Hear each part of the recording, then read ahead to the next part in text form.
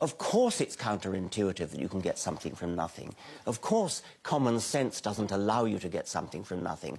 That's why it's interesting. It's got to be interesting in order to give rise to the universe at all. Something pretty mysterious had to give rise to the origin of the universe. You can dispute exactly what's meant by nothing, but whatever it is, it's very, very simple.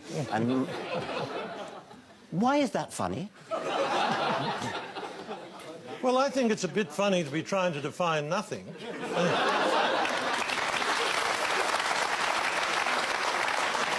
Now, if you want to replace a physical explanation by an intelligent God, that's an even worse explanation. It's an even more difficult explanation. What scientists are trying to do is to explain how you can get not just something, but the immense complexity of the world, of the universe, and of life. And science is making a pretty good fist of doing that. Life is now completely solved, barring the details. That was Darwin's contribution and Darwin's successors. Physicists are still working on the origin of the cosmos. Among them is Lawrence Krauss, whom I shall be talking to next week. Now, it is very mysterious how the universe came into being. It's a deeply mysterious and interesting question. And can I just interrupt? It's an old question, a very old question. Thomas Aquinas in the 13th century was asking this same question. He said there must have been a time when no physical things existed, but something can't come from nothing. That was his view. It's just been repeated by us. Something can come from nothing, and that's what physicists are now telling us. I could give you, you asked me to give you a layman's interpretation. It would be a very, very layman's interpretation. When you have matter and antimatter and you put them together, they cancel each other out and give rise to nothing. What Lawrence Krauss is now suggesting is that if you start with nothing, the process can go into reverse and produce matter and antimatter. The theory is still being worked out.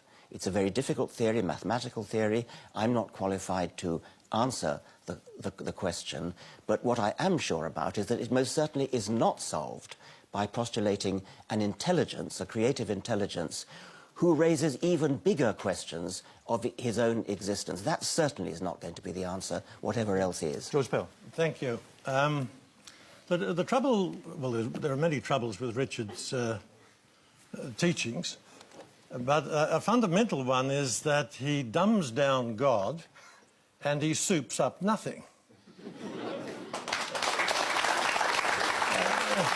He continually talks as though God is some sort of upmarket figure within space and time.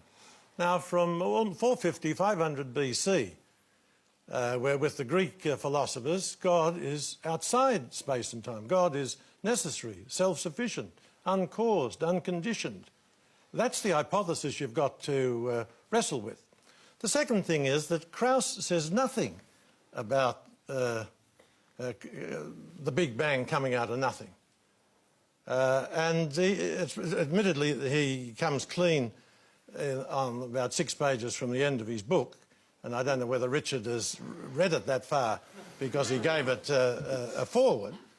What he says is what Richard is describing as nothing is a sort of a mixture of particles and perhaps a vacuum with electromagnetic forces working on it. That's what Krauss is talking about under the heading of nothing. And there's a very good review of this in the New York Times. Not a pro-religious paper at all, where Krauss is absolutely denied and demolished, although especially by his supporters claiming that he says things come out of nothing. He doesn't say that.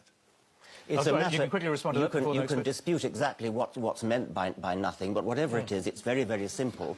And why is that funny? Well, I think it's a bit funny to be trying to define nothing.